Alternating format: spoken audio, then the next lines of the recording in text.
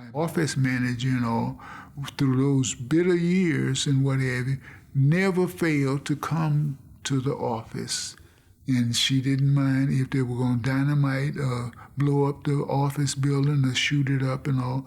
She said, Dr. Hayling, you have committed so much of your life, that I, should help be brave enough to be a part of whatever you were trying to do. Well, one young lady who was a patient of mine had 4 caps on her front teeth where other dentists had told her those teeth had to be extracted. I did root canals on 2 of those teeth and put plastic temporary caps on those front teeth. She and her mother were on the front line at the Klan rally. And they were able to tell the Klansmen and all, he's a right-handed nigger dentist and this, that, and the other and what have you and everything else. Now, I wouldn't have known all of this and all, but we had white infiltrators in the rally. And one of the prominent people and all was an Episcopal priest out of Daytona, Reverend Cheney, Irvin Cheney, Cheney was the last name. And he had a mic, a tape recorder on himself and everything else. And he recorded all of this and everything else. And he really became disturbed and had to back out of the crowd, when they forced us into the rally and what have you, and intimidated us and beat us and what have you. And they brought us to the main speaker's platform that had been erected out in a field going south on US 1 out of St. Augustine, out in the middle of a field. And they had erected this big cross and whatever that had been wrapped in burlap bags and everything, saturated with, I guess, kerosene or some kind of flammable oil.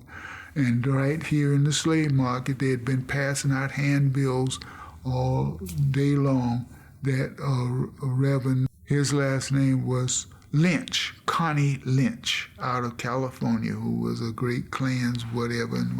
And he had been brought into town to take care of, this burrhead bastard of a dentist.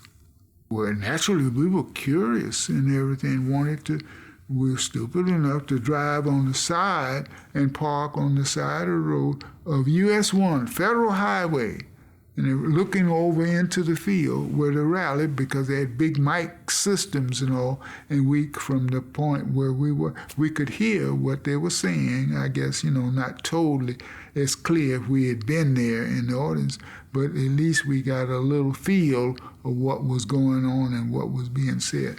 Now, Reverend Cheney was really disturbed because there's some speaker from the microphone, they said, black people and all, and this black person and all had, and which I did. I had, when they got my billfold and everything and opened it and whatever, they saw an NAACP membership card.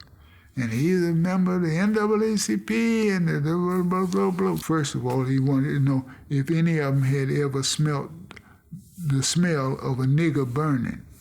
They had beat us across the head and body, and they had us piled on top of each other. Now, Reverend Cheney backed out of this group or the Klan rally and got to his car and made a telephone call at a payphone to Tallahassee, to the Highway Patrol, and told them, because the sheriff and his deputies and all were all, Sheriff Davis had deputized Horst Manussi, who was a convicted moonshiner.